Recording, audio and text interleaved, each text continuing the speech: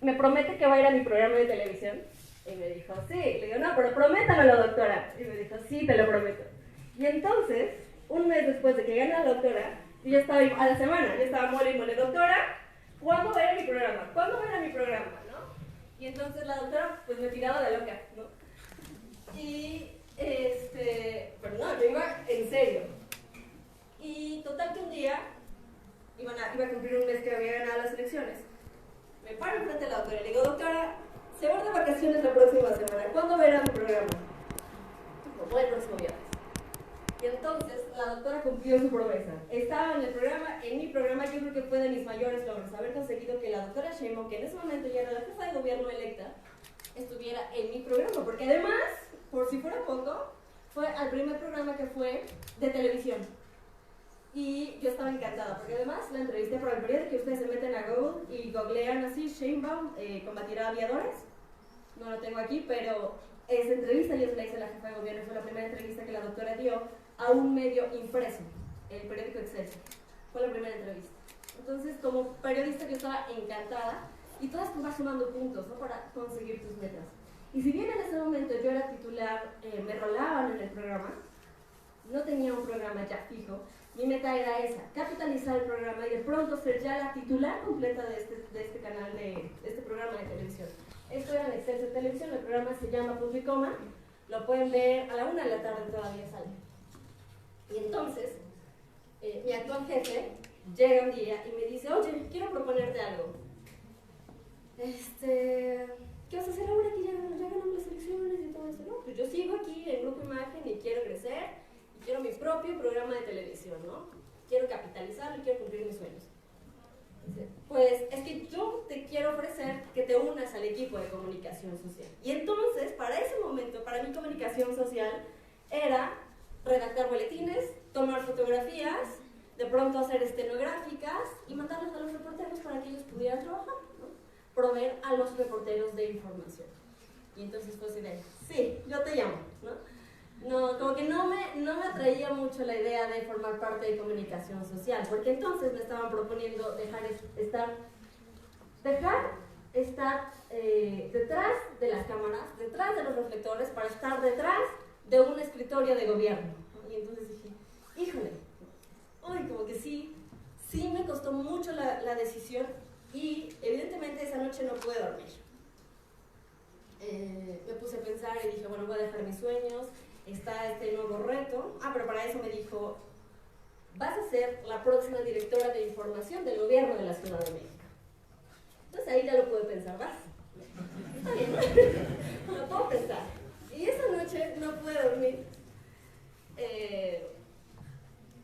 Y ya, total, ¿no? Estuve diciendo, cambio mis sueños por eso, por estar en el escritorio, por entrar como a un mundo que no conozco, pero conozco de este lado, ¿no? Del lado de la reporteada.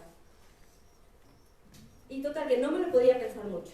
No me lo podía pensar mucho y al otro día tuvimos conferencia de prensa. Yo habitualmente como reportera llegué a la conferencia, la cubrí, hice mi nota y le dije, ya terminé mi nota. A ver, quiero hablar contigo.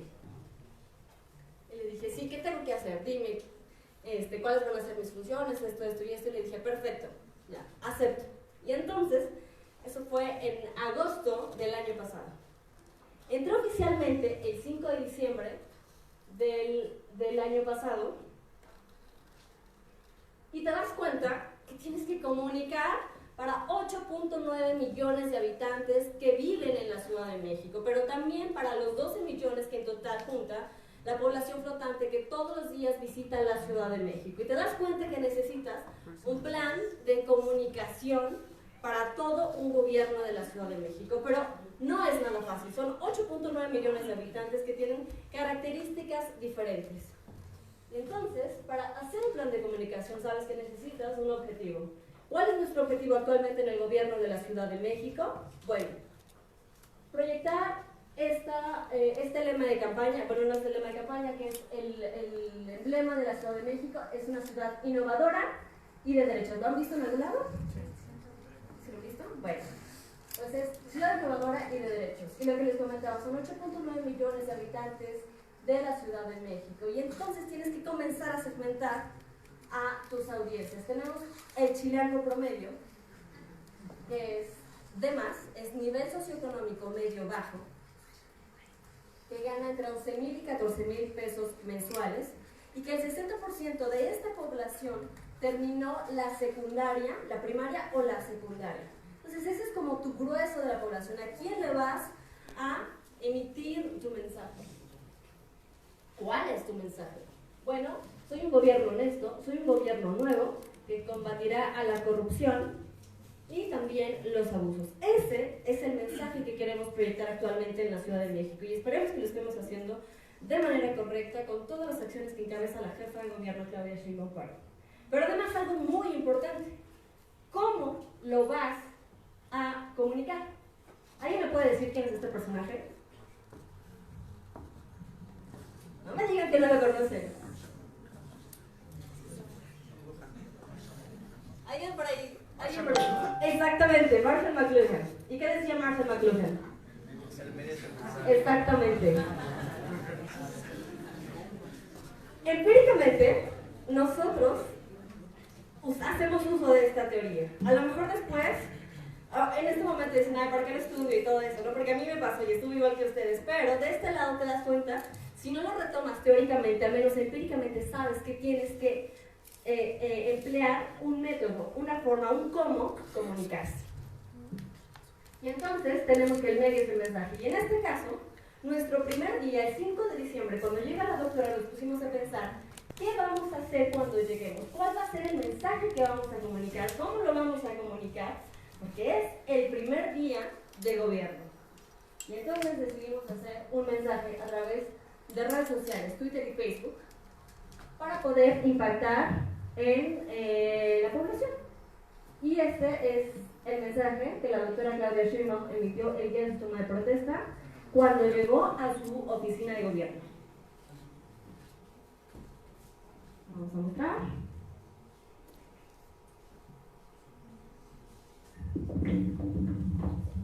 En la oficina de la Jefatura de Gobierno, Sheinbaum exhibió el exceso de seguridad instalado en puertas y ventanas del ayuntamiento a través de este video que subió a sus redes sociales.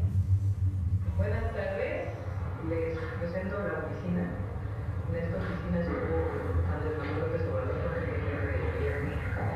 Pero adivinen qué, llegué a la oficina y me encontré que las ventanas que se colocaron, o estas puertas que se colocaron en 2013, son blindadas.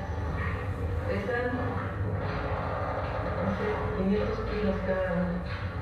No solamente estas dos, sino otras dos que están atrás, y miren nada más esto que pusieron para ayudar.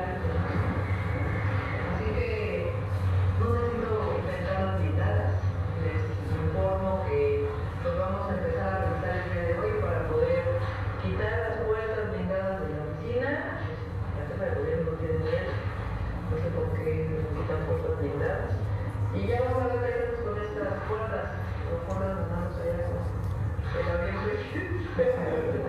No, yo creo que, pues a ver quién las necesita. Vamos a preguntar a ver quién las necesita, porque la verdad, pues en el gobierno no se necesita. Gracias. Bueno, pues este fue nuestro video que subimos el primer día de gobierno, el 5 de diciembre. ¿Qué opinión les genera este video? A ver, ¿quién quiere participar? Dime. Pues no sé, siento que al final de cuentas lo que intenta transmitir es que pues es una persona que no le teme al cargo y que el hecho de estar ahí pues significa que es alguien que no quiere ser superior, o sea que no quiere que toda la gente piense que tenga lujos o que tenga algo blindado para su protección. Al final de cuentas siento que lo que intenta hacer, y una parte del video es generar esta simpatía con el público, de saber que es una persona más, no alguien elevado. Exactamente, esa es una parte de la filosofía de la 4T. ¿Alguien más que me quiera decir qué les generó? A ver, cuéntame. En parte muestra seguridad, ¿no? Porque si dice que es un gobierno honesto y transparente, no necesita tener como una protección, una sobreprotección. Entonces muestra que está muy segura de lo que está haciendo y que pues en este momento ya no va a tener como miedo de que pase algo como en otros gobiernos, que pudo haber pasado que tuviera miedo. Entonces muestra que es segura de que puede tomar el cargo sin preocuparse de que alguien la intente atacar o algún daño, ¿no? Sí. ¿Cuál es tu nombre? Felipe. Felipe, gracias Felipe. Alguien de allá atrás que quiera participar porque están muy apagados allá atrás. No se aburran, para que se despierten.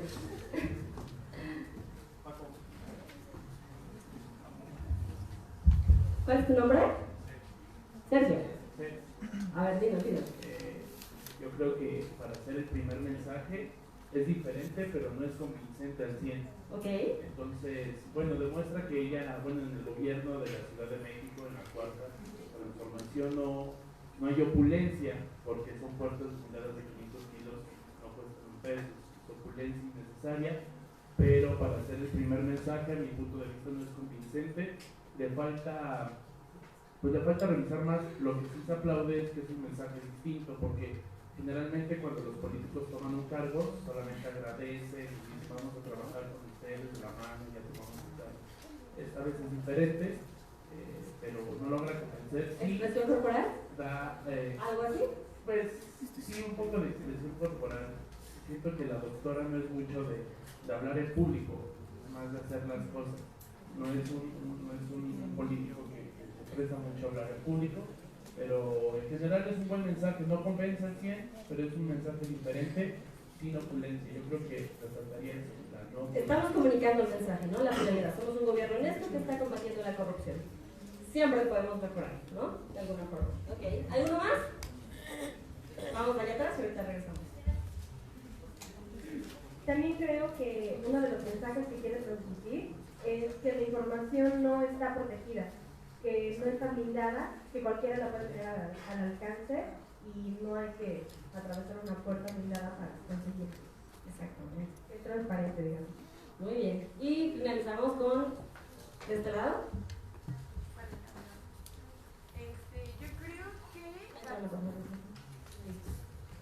Yo creo que trató de llegar a la población, precisamente a ese tipo de población a la que dices que se van a enfocar. Porque creo que lo que pasa con AMLO y todo de Morena es que trató de convencer a la gente con este tipo de acciones. Como dijeron que son lujos y la gente es lo que quería ver. Entonces yo creo que nada más Sheinbaum dio lo que quería, lo que la sociedad, la que mayoritariamente vive en México, quería ver. Lo estaba pidiendo. Claro. Pues bueno, coincido mucho también con el comentario de allá al lado.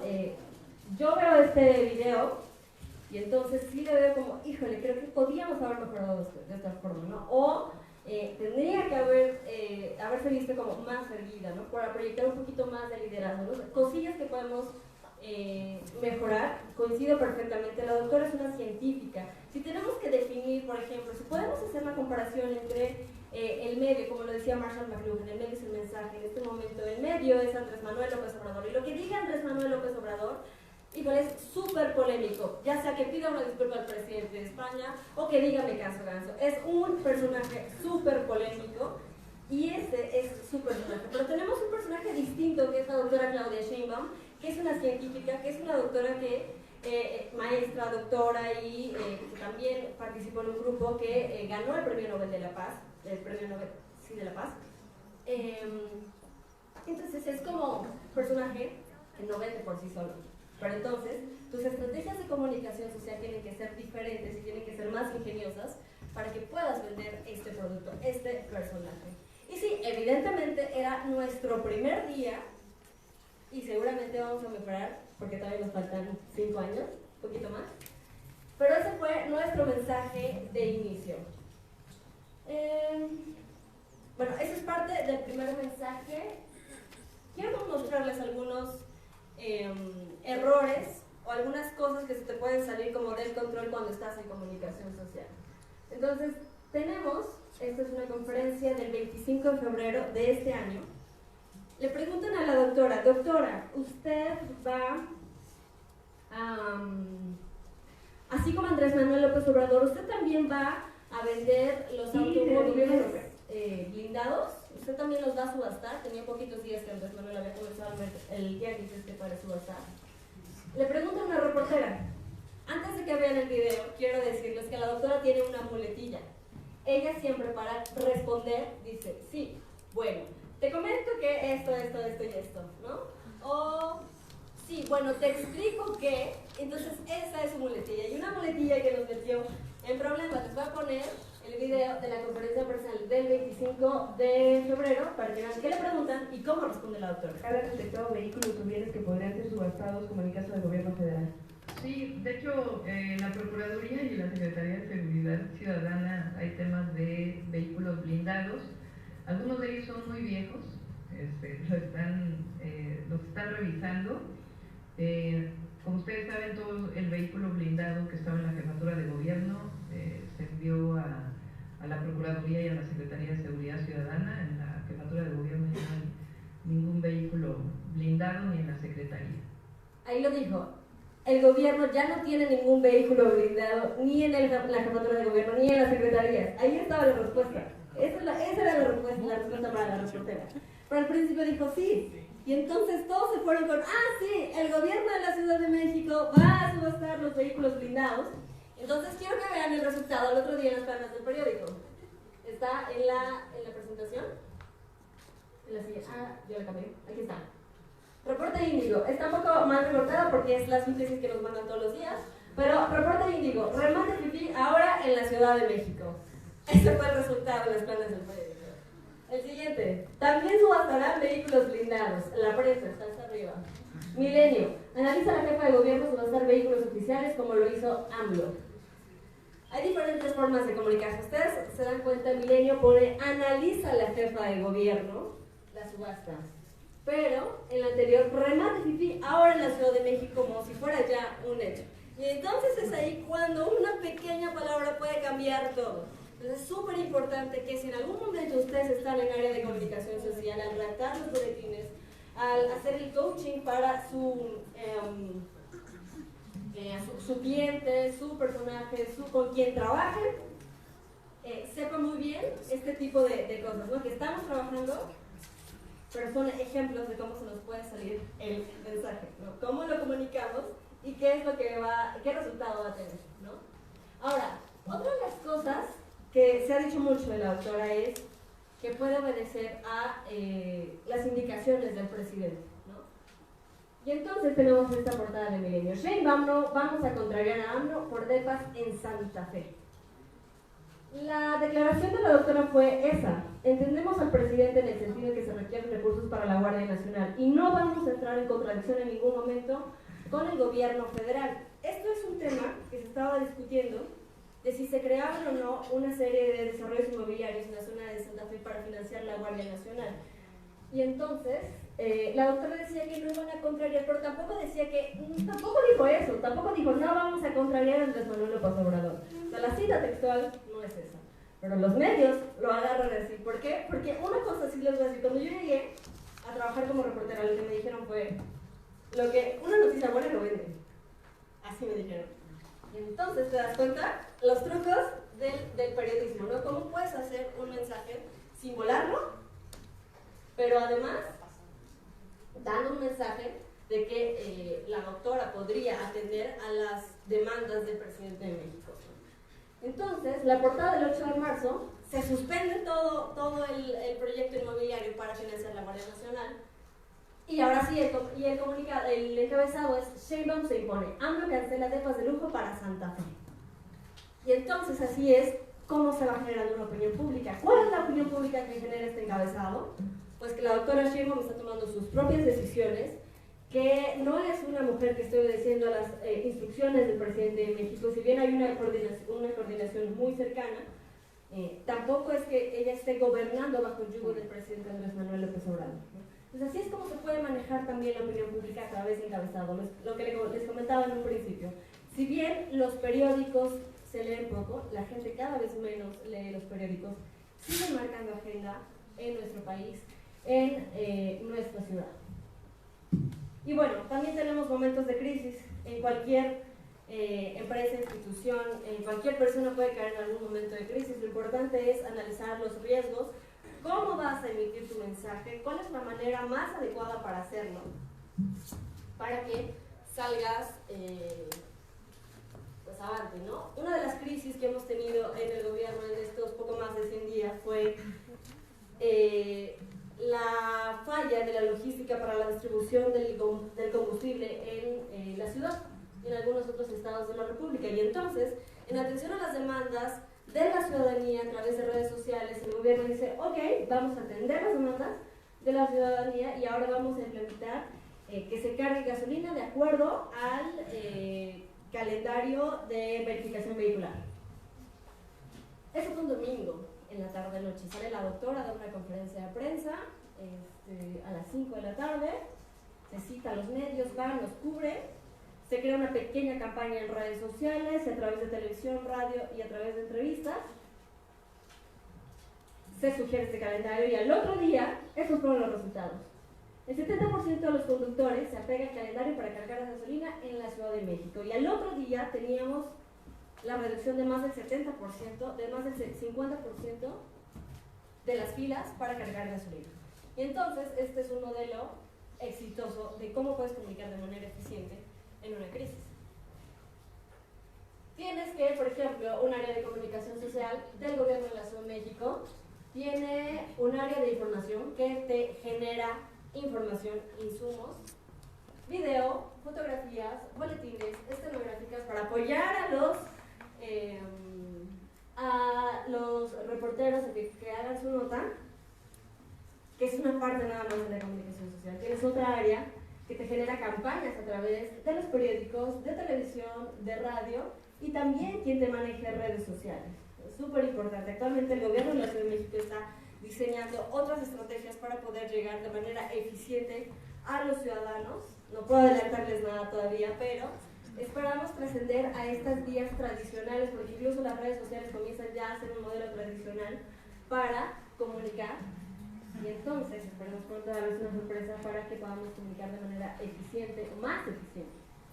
Y ahora, recordar siempre, todo comunica, lo que les decía anteriormente. Todo está comunicando. Seguramente también ustedes han escuchado esta frase anteriormente, pero todo comunica. Lo que yo estoy haciendo en este momento, cómo me estoy moviendo, los aretes que traigo, el color de ropa que traigo, el cabello, cómo me lo peineo, todo lo que estoy haciendo en este momento, lo que les estoy diciendo también está comunicando de alguna forma, ¿no? Entonces siempre hay que ser súper conscientes de todos estos detalles, porque si aprendemos a comunicar de manera eficiente y a controlar todos los estímulos que nosotros estamos emitiendo a nuestros receptores, vamos a ser muy exitosos en nuestras carreras. Tenemos estímulos verbales y no verbales, eso es un poco más de teoría, pero les comentaba hace un momento que estoy estudiando una maestría en imagen pública y entonces es en el Colegio de Imagen Pública con Víctor Gordoa. Les recomiendo que se lean ese libro, El Poder de la Imagen Pública, les va a servir bastante si en algún momento desean estar en comunicación social. A controlar los estímulos verbales y no verbales. Y hay varios principios, pero creo que para esta conferencia rescaté 3 que les pueden servir bastante bien. La primera impresión es la que cuenta. Ya les comentaba, tenemos estímulos verbales y no verbales. Como mis ademanes, mis movimientos son estímulos no verbales. Lo que estoy hablando son estímulos obviamente verbales. Entonces, si nosotros sabemos controlar los estímulos, vamos a ser exitosos. Si tenemos que la primera impresión es la que cuenta. Nuestro cerebro tarda entre 5 a 12 segundos para decodificar estos estímulos verbales y no verbales. Y es decir, cuando ustedes conozcan a una persona, su cerebro automáticamente en 5 o 12 segundos se va a hacer una idea de quién es esa persona. Entonces siempre asegúrense de que en el primer mensaje, lo que ustedes hagan en esa primera entrevista de trabajo, cuando se paren frente a una persona, cuando se paren frente a su crush, acuérdense, la primera impresión es la que cuenta. Ahora, de la vista nace el amor. Esto es súper importante. Hablando de los estímulos, el sentido de la vista es la que más estímulos consume. No tengo el dato exacto, pero es la que más estímulos consume. Además del tacto, del oído, la vista es imprescindible. El 83% de las decisiones que tomamos los hacemos con la vista. Nos guste o no, así es como funciona nuestro cerebro. Y esto está científicamente comprobado. Entonces, si son comunicadores, siempre tienen que tomar eso. La primera impresión es la que cuenta. 2, de la vista nace el amor. Y el tercer consejo que les podría dar es, la mente decide mayoritariamente en sentimientos. Hay una fracción que es de 85-15, 85% de las decisiones que tomamos las hacemos con los sentimientos. Si ustedes en algún momento de sus vidas quieren convencer a una persona de lo que sea, de lo que quieran, lo tienen que hacer con los sentimientos. Si ustedes están pensando que la gente toma decisiones con la cabeza, están muy equivocados. Los millones de mexicanos, los 30 millones de mexicanos que votaron por Andrés Manuel López Obrador, no lo hicieron con la cabeza, lo hicieron con el sentimiento, porque Andrés Manuel López Obrador tenía un discurso convincente, un discurso que nadie más pudo imponer para ganar las elecciones. Ganó por un trecho impresionante las elecciones. Y fue justo, porque le pudo llegar al corazón a los mexicanos. Y entonces ustedes tienen que aprender que a través de sus notas periodísticas, a través de lo que digan en radio, en televisión, y el mensaje que ustedes emitan con quien quieran, con su mamá, con sus sobrinos, con el novio, con la novia, siempre sea el sentimiento y siempre pues, van a ganar. El 15% de las decisiones las hacemos con la cabeza, con el raciocinio. Primero actúan los sentimientos y después el raciocinio. Y pues bueno, es un poco lo que les puedo comunicar de mi experiencia en comunicación social, en mi experiencia como reportera, y después de 9 años de haber salido de la universidad y además de ejercer mi carrera con mucho amor, con mucho gusto, y pues heme aquí. Es todo.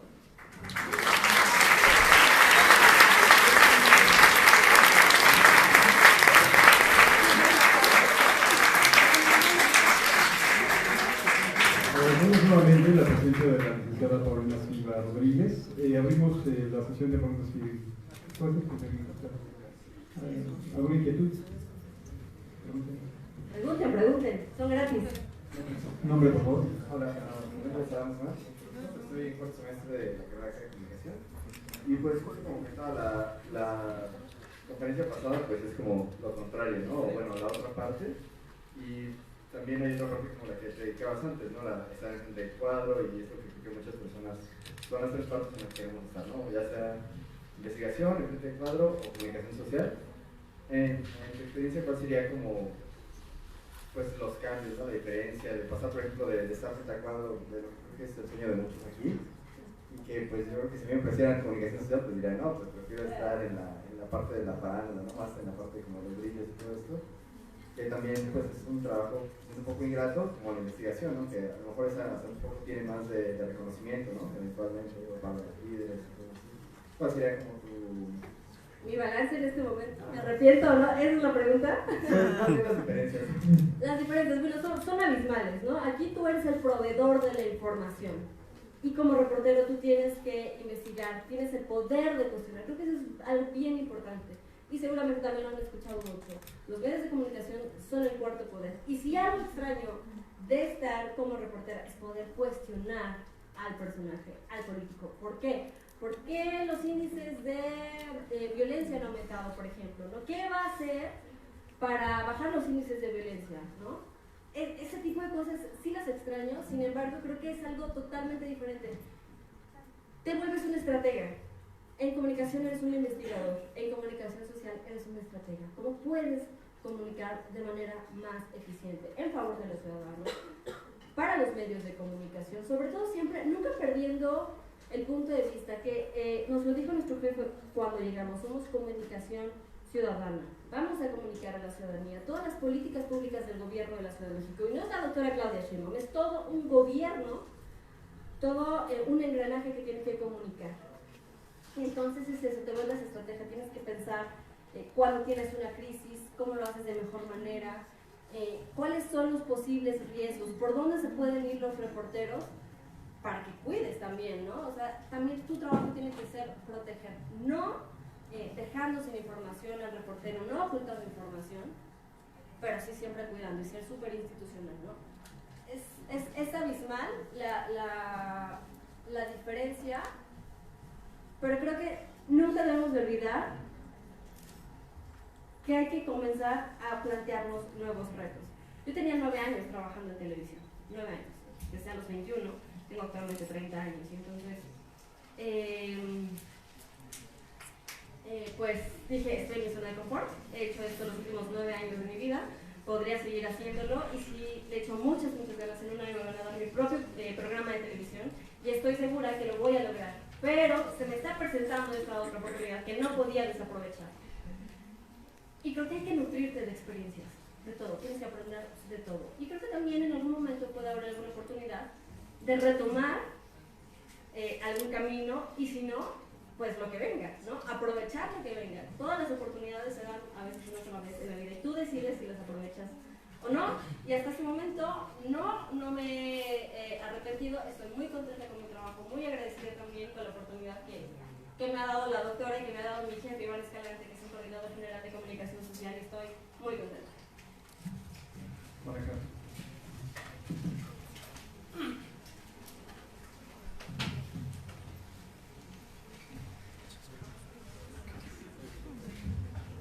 Mi pregunta sería, en este aspecto que tú estás trabajando ahorita en comunicación social, ¿cuáles son los retos que tú te enfrentas ya a la hora de dar la información, enfrentándote a esta sociedad la cual piensa que tal vez la política es aburrida, que nos interesa, que tal vez piensa que es como un tema muy difícil de entender? ¿Cuáles son los retos que tú como comunicadora social te enfrentas para dar una información veraz y que al final de cuentas la gente pueda entender? Afortunadamente contamos con los canales oficiales del gobierno de la Ciudad de México. Esa es otra cosa.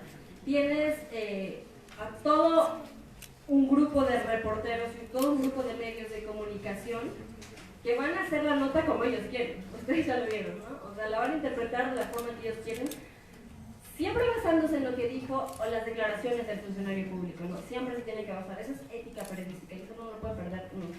Pero también tenemos los canales oficiales del gobierno de la Ciudad de México y ese es el mensaje que nosotros queremos dar.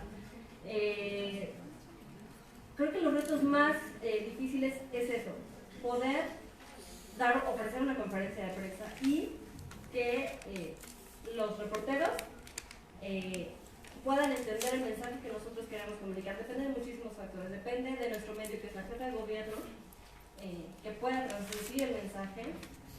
Depende de la ética periodista de los reporteros, porque eso es algo con lo que hemos lidiado mucho, ¿no? De pronto te quieren volar la nota cuando no era así, ¿no? O te inventan datos que no eran así. Hoy, por ejemplo, tenemos un caso, ¿no? Una entrevista.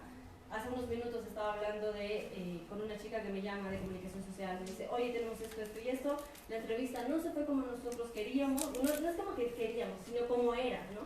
Nos están poniendo datos que no eran. Cuando es así, nosotros podemos pedir una aclaración a los jefes de información. Oye, escucha la entrevista, tenemos esto, no fue lo que dijo, y pues hay que contrastar la información. Entonces, eso puede ser alguno de los retos. Otra, llegar a toda la gente. Como les decía, es un reto enorme, son 8.9 millones de habitantes y todos tienen un perfil diferente. ¿Alguien supo que la semana pasada estuvo Yoyoma en el Monumento de la Revolución de manera gratuita? ¿Alguien fue? Bueno, yo tampoco fui, pero lo vi a través de redes sociales, estaba trabajando, pero tuvimos un lleno impresionante, 19,000 personas, esperábamos 7,000 personas, tuvimos 19,000, la gente no cabía en el lugar. Entonces la gente que fue seguramente se enteró a través de la estrategia que implementamos de comunicar este mensaje en revistas culturales, ¿no? En la sección cultural de los periódicos, en programas de radio culturales o incluso a través de redes sociales a la gente que consuma cultura, ¿no? Música y ese tipo de música. Y tenemos un día impresionante. Esa es otra de las cosas, poder llegar a la gente. ¿Alguien sabe que el próximo 22 de abril entra un nuevo reglamento de tránsito en la Ciudad de México? Sí. Perfecto, muy bien. Entonces estamos comunicando de manera eficiente. Creo que estamos haciendo bien nuestro trabajo. Como le digo, siempre podemos mejorar, siempre podemos aprender. Pero yo creo que el tema de emitir el mensaje correcto, que se interprete de manera correcta, es de los principales retos. Bueno. Hola, buenas tardes. Quisiera saber cómo manejaron ustedes ese periodo de crisis cuando el logotipo nuevo de la Ciudad de México se confundió con el logotipo de una banda de rock de Neural Effect. Yo todavía no entraba. No, pero sí tuve que ver ahí un poquito. No entraba. Fue 1 o 2 días antes de que yo entrara. Evidentemente yo ya sabía que iba a entrar a trabajar ahí, ¿no? Y de alguna forma podía darle algún tipo de retroalimentación a mi jefe. Entonces empieza, ¿no?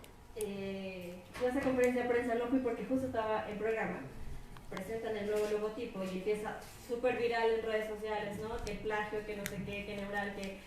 Híjole, todo un relajo. Me escribe mi ahora jefe, me dice, los están fregando en las redes sociales. Digo, tranquilo, no a todos les va a gustar nuestro logotipo, ¿no? Tenemos que estar acostumbrados a eso, es decir, estamos en la exposición de la opinión pública y no somos moneditas de oro para caerle bien a toda la gente, tranquilos. Pero entonces nos dimos cuenta que esos comentarios estaban desbordando, si éramos trend topic número 1 a nivel nacional y se explicó muy bien, ¿no? Tenemos gente súper capacitada, especializada en imagen institucional. El gobierno de la Ciudad de México, además de las áreas que les estaba comentando, tenemos un área de imagen institucional que se encarga de, por ejemplo, las licencias. ¿Cómo van a ser ahora las licencias? Que tengan una imagen institucional. ¿Cómo les va a llegar la boleta del agua, de la tenencia, de los impuestos? ¿Cómo van a ser las placas? No va a haber destacamiento, no va a haber cobro, pero gradualmente se van a ir cambiando las placas. Toda esta imagen institucional, y él salió a defender el logotipo. No fue un plagio, evidentemente, es un logotipo que se puede utilizar mucho porque es el código macedonio. Entonces, pues sí, mucha gente lo utiliza. Llegamos a un acuerdo con la banda, la doctora se acercó con la banda Neural FX. Oye, nuestra intención no era plagiarte el logo, ¿no? O sea, es el código macedonio que tú utilizaste, que nosotros utilizamos, pero ¿por qué no podemos pues colaborar? ¿No? Se les invitó a trabajar en temas culturales de la Ciudad de México. A ellos les convino porque además la banda Neural tenía en Twitter, yo lo medí, tenía como 300 followers en ese momento. Y después de todo el relajo, llegaron, a lo mejor no fue mucho, pero tienen como 3,000 followers ahora, ¿no? Entonces yo creo que fue lo mejor que les pudo haber sucedido a la banda. Estaban contentos, evidentemente, la doctora se acercó con ellos y pues nada, los invitamos a trabajar. Ellos finalmente dijeron, oye, muchos medios de comunicación nos empezaron a buscar, oye, está, lo vas a demandar, y no sé qué, y de pronto había una nota ahí que decía, Neural FX está analizando demandar a la jefa de gobierno, no al gobierno de la Ciudad de México. Y bueno, eso, hubo el acercamiento y pues terminamos en buenas condiciones. No hubo plagio, se pudo comprobar que no hubo plagio y además lo manejamos con, si ustedes ven, tenemos bueno, por ahí el ojito en la presentación, dice Gobierno de la Ciudad de México, está el logotipo verde, pero además le agregamos el código, el escudo de la Ciudad de México para que se identifique como un gobierno, ¿no? Porque en sí el logotipo, pues sí tuvo que verse reforzado de este escudo para que fuera el logotipo institucional del gobierno de la Ciudad de México. Y en realidad yo pensé que eso era una crisis, creo que no se compara nada lo que vimos, por ejemplo, con la gasolina, ¿no? Fue algo súper viral que duró un día, 2 días y después ya, terminó, ¿no? Pero, pues así vienen un chorro y tenemos que acostumbrarnos. ¿Alguien más? Bueno, mi pregunta es así, ¿qué preparación llegaste a tener fuera del plan de estudios precisamente de la universidad y cuáles recomendarías? Otra pregunta, ¿cómo te enteraste del casting en el que participaste inicialmente? Okay. Preparación, pues mera experiencia, o sea, ustedes se van a curtir, lo que aprendan ahorita les va a servir muchísimo, pero cuando estén allá afuera y estén aplicando esos conocimientos o se vean en la necesidad de tener que aprenderlos en ese momento, pues ahí es cuando van a adquirir toda esa experiencia. Del tema de televisión y para poder estar ahí, les comentaba, creo que fui muy afortunada. Me enteré del casting, bueno, es todo un relato porque no sé si todavía esté trabajando con la profesora Francisca. Sí. Bueno, aprenden mucho de ella. A lo mejor es muy difícil la profesora, pero creo que es muy buena. La profesora nos daba un punto, no sé si todavía lo sigue haciendo, nos daba un punto por conseguir trabajo o ir a entrevistas de trabajo.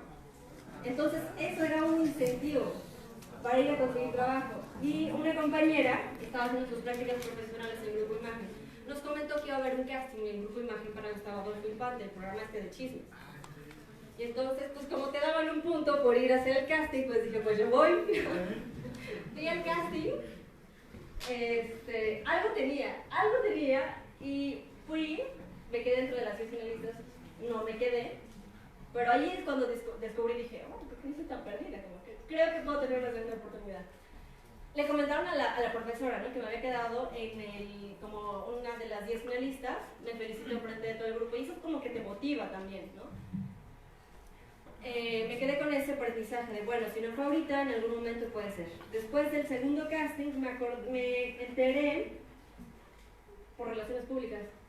Un amigo me dijo, oye, están haciendo casting y no sé qué, voy a ir a hacerlo. ¿Quieres ir? Ah, sí, vamos. Fuimos. Yo me quedé, él no se quedó. Sí. Y pues ya, dentro de 300 personas que hicieron el casting, yo me quedé, éramos 300 jóvenes, pedían jóvenes entre 18 y 25 años. Nos hicieron un examen de cultura general, tienen que leer todo lo que llegue a sus manos. Y esto me lo decían cuando yo estaba estudiando, y decía, sí, ajá. No, de verdad, tienen que leer todo lo que llegue a sus manos, porque entonces yo no sabía que el casting, yo pensé que el casting era así, te ponen en televisión, frente a la cámara y ya haces tus cosas, ¿no? Y tu discurso. No, primero, antes de estar a cuadro, tenías que hacer un examen de cultura general, eran como 30 preguntas. Las pasé, o sea, también no fue tan fácil. Entonces te das cuenta que la persona que esté atrás de cámaras tiene que ser una persona responsable, que sea una persona que conozca el tema, que sea, pues eso, que lea, que se sepa que es un líder de opinión. Para convertirse en líderes de opinión, yo no puedo decir que lo fui, pero estaba en las vías de hacerlo. Pero me di cuenta de eso, para estar frente a una cámara tienes que ser una persona que conozca muchísimo. Y pues eso, una puerta te va abriendo otra, y de todo lo que vayas haciendo tienes que aprender algo, ¿no? Así es como me enteré del casting. Y eso, ahora estoy estudiando la maestría en imagen pública. Me di cuenta de eso, que quería aprender más, que lo que ya sabía en este momento ya no me era suficiente, y que quería manejar la comunicación, ya no de los medios tradicionales, ya no Twitter, redes sociales, periódicos, todo esto. No, dije, ahora quiero manejar la imagen pública, y de pronto suena que la maestría o este tipo de conocimiento puede ser muy superficial, y quizá lo es. Lo que les decía hace un momento, el 83% de las decisiones las tomamos por el sentido de la vista. Y sí, lamentablemente el ser humano trabaja así, y de pronto se puede volver algo muy superficial, ¿no? Pero entonces hay que aprender a controlar estos estímulos, y nunca se queden satisfechos con el conocimiento que tienen. Siempre traten de aprender más, lo que sea, un libro nuevo, un paper, un post en Facebook que les atraiga, o una maestría, por ejemplo, un diplomado. Siempre traten de engrandecer su base cultural.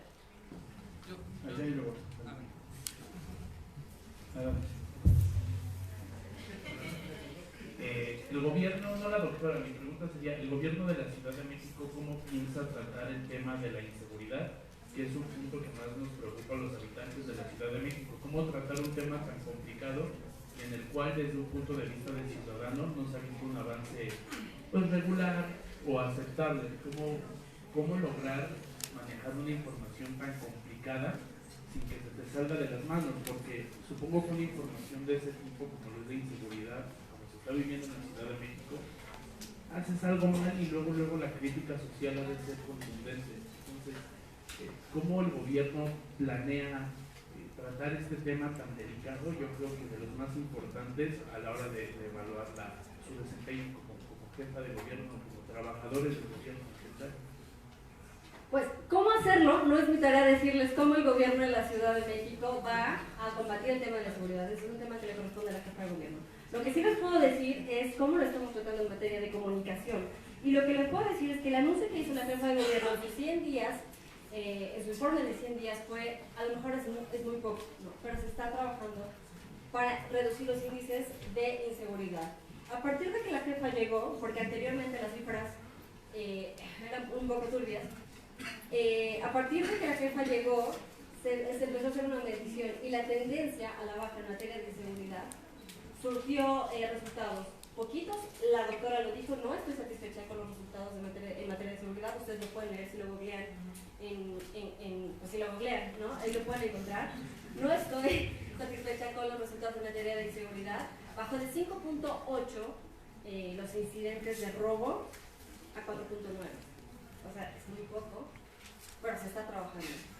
Y lo que estamos trabajando en materia de comunicación es, a partir de esos 100 días se emprendió una campaña en materia de seguridad. ¿Cómo van a trabajar los cuadrantes de seguridad de la Ciudad de México? Hay 846 cuadrantes, si no me equivoco, un poquito más de 800 cuadrantes en la Ciudad de México, y que cada uno va a contar con 3 turnos: el policía de la mañana, tarde y noche. Y ustedes deben de conocer a su policía de cuadrante. ¿Tienen la aplicación de mi policía? Bueno, antes era mi policía, ahora es, no me acuerdo cuál es, no lo recuerdo. Pero, ¿tienen la aplicación? Deberían de bajarla, porque ahí van a conocer a su jefe de cuadrante.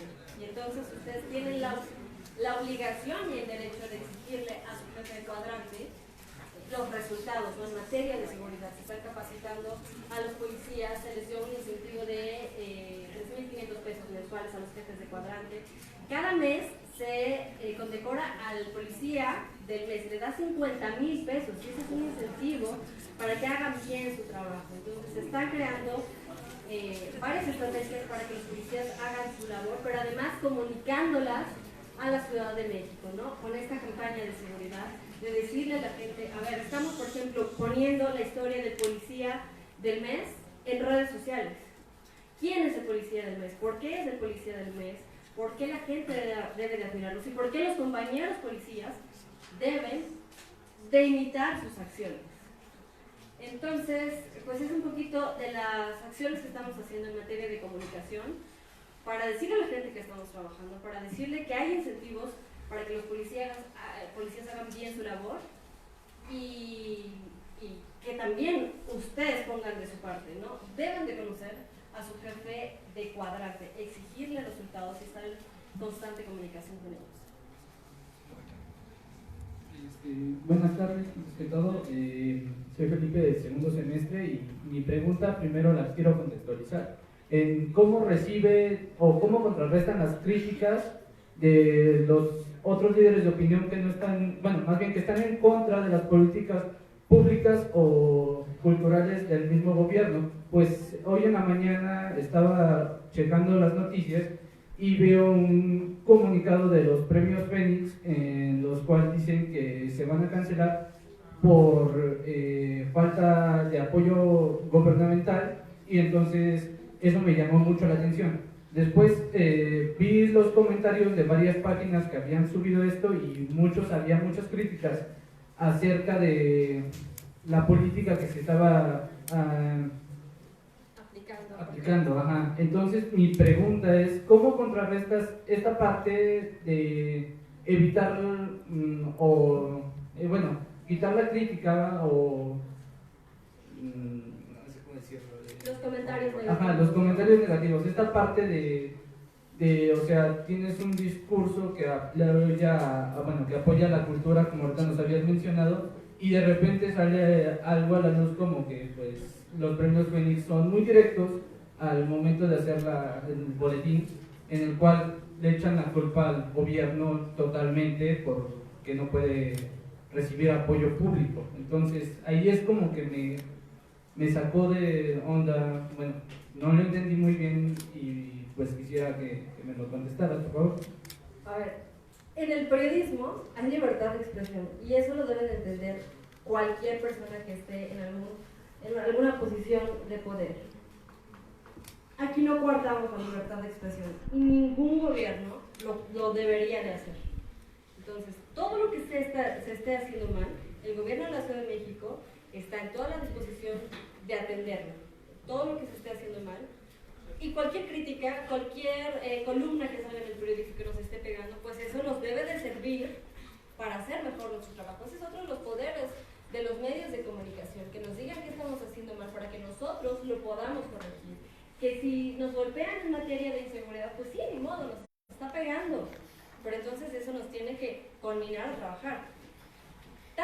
no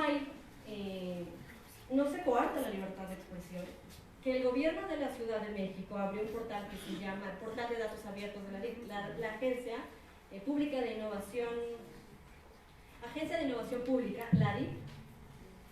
El gobierno transparentó todos los datos en materia de inseguridad. Si checan las portadas de hoy, de ayer,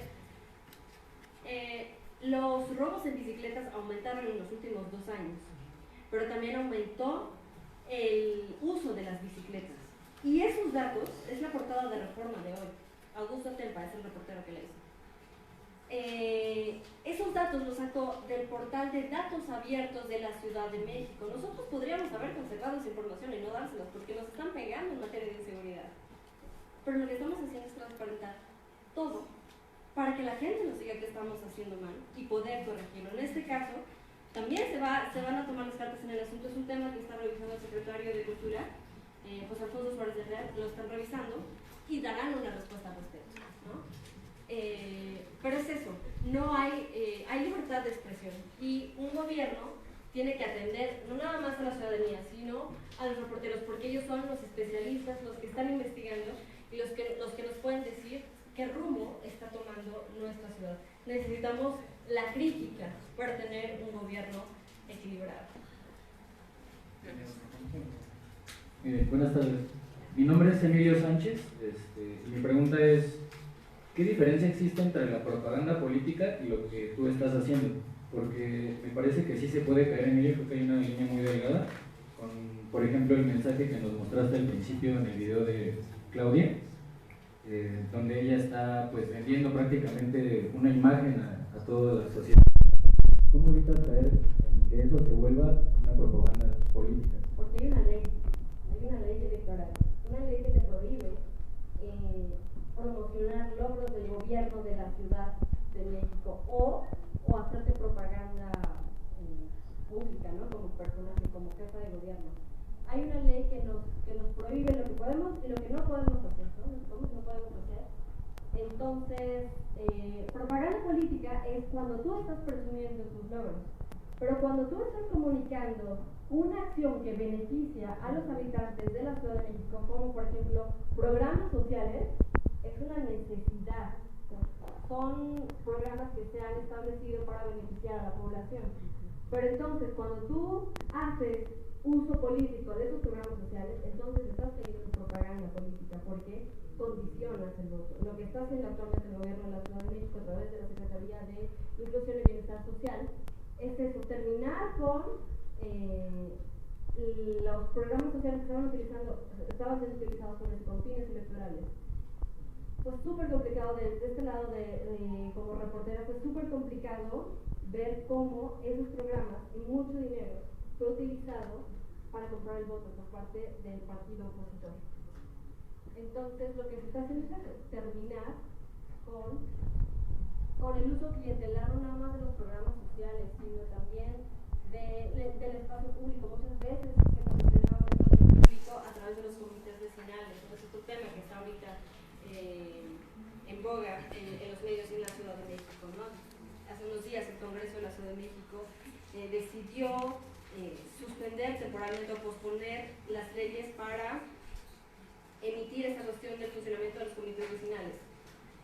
Es como todo un engranaje, pero tienes que apegarte mucho a la ley, ver qué no puedes hacer, no es que tú lo puedas hacer por la libre. Si lo haces, tienes sanciones y eso puede repercutir al gobierno de la Ciudad de México. Y esencialmente, ese mensaje que ustedes vieron, pues era un mensaje inicial, ¿no? ¿Qué encontramos cuando llegamos a la oficina de gobierno? No estamos anunciando ningún logro, sino simplemente una acción de gobierno, que va a ser inevitable que la jefa de gobierno esté en todas partes, ¿no? O sea, que la gente conozca. De hecho, es necesario que la población conozca a la jefa de gobierno. Si nos podemos valer de esos pequeños pues recursos para poder hacer que la población conozca a su gobernante, a su gobernadora, pues lo tenemos que hacer, ¿no? Pero siempre y cuando no rebasemos esta línea de decir, por mí, tienen esto, ¿no? No. El gobierno de la Ciudad de México está trabajando para que ustedes puedan tener vialidades sin baches, por ejemplo. Iniciamos también nuestro programa de recarpetamiento de vialidades públicas. O sea, siempre de manera institucional. El gobierno de la Ciudad de México, no Claudia Sheinbaum, y eso se nos dijo desde un principio.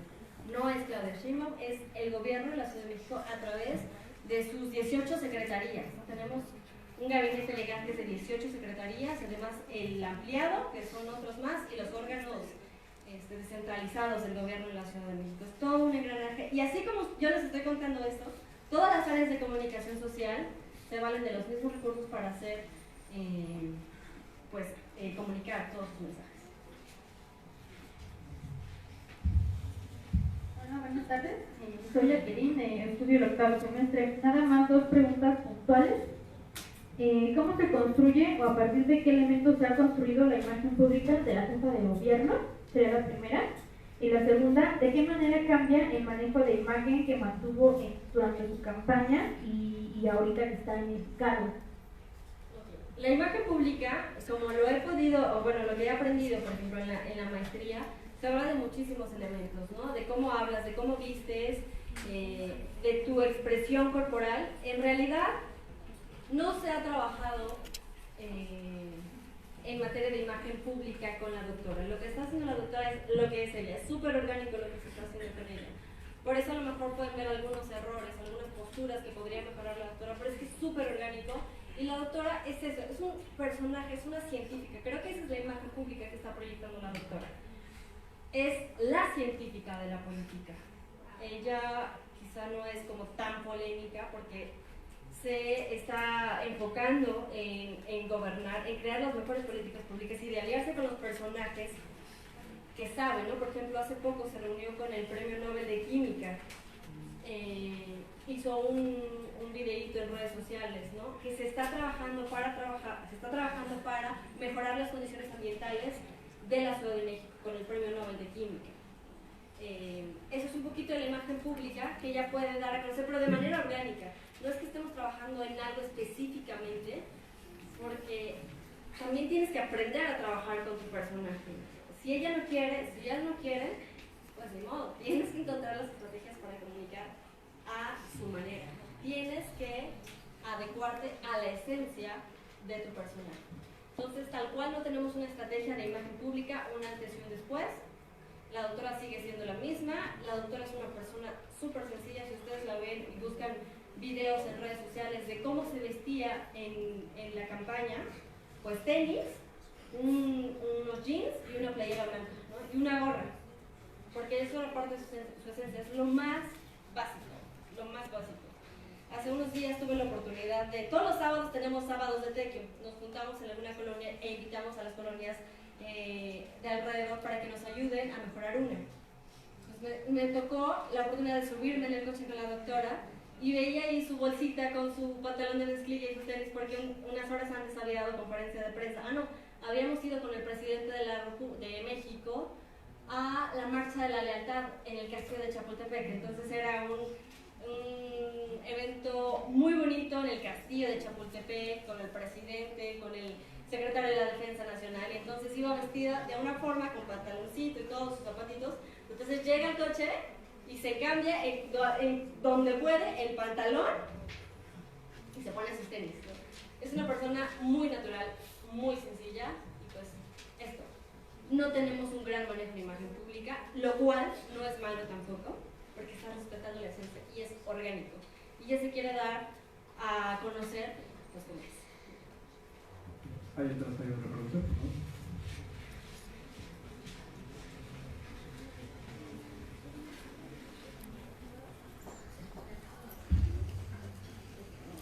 Hola, no había dado mi nombre, yo soy Alexa Villamar, y mi duda es, ¿por qué es importante que el discurso presidencial sea diario? Es una estrategia de comunicación que se ha planteado el presidente de México, incluso creo que ya ni siquiera los titulares de comunicación social. Creo que el que maneja la comunicación social, además de gobernar el país, es Andrés Manuel López Obrador.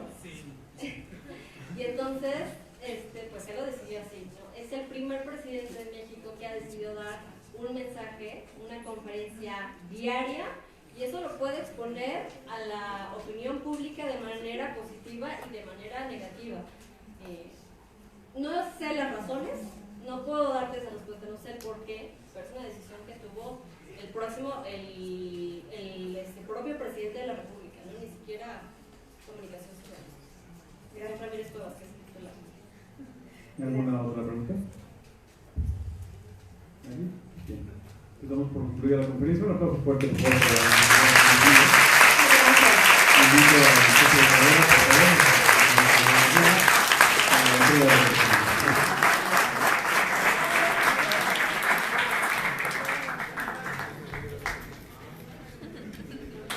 Buenas tardes a todos, muchas gracias por su asistencia. Muchas gracias, licenciada Paulina. Voy a dar lectura al reconocimiento que vamos a entregar.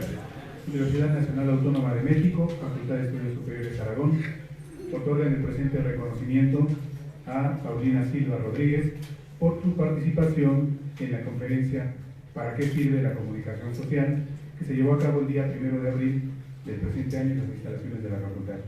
Por mi raza hablará el espíritu, Nezahualcóyotl, Estado de México, 1 de abril. Muchísimas gracias, licenciado.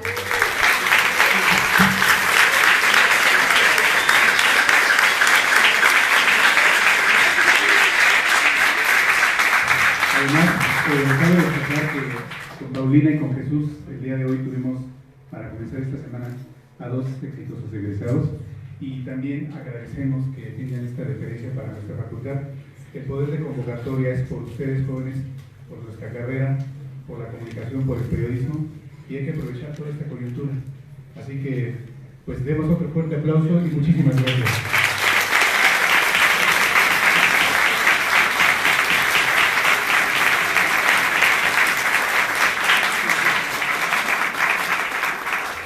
Por el momento les deseamos buena tarde, les comentamos que a las 4 de la tarde tenemos una mesa de debate sobre libertad de expresión y los riesgos del ejercicio periodístico. Vienen gente de asociaciones de profesión a periodistas. A las 4 de la tarde aquí en el auditorio. Buenas tardes.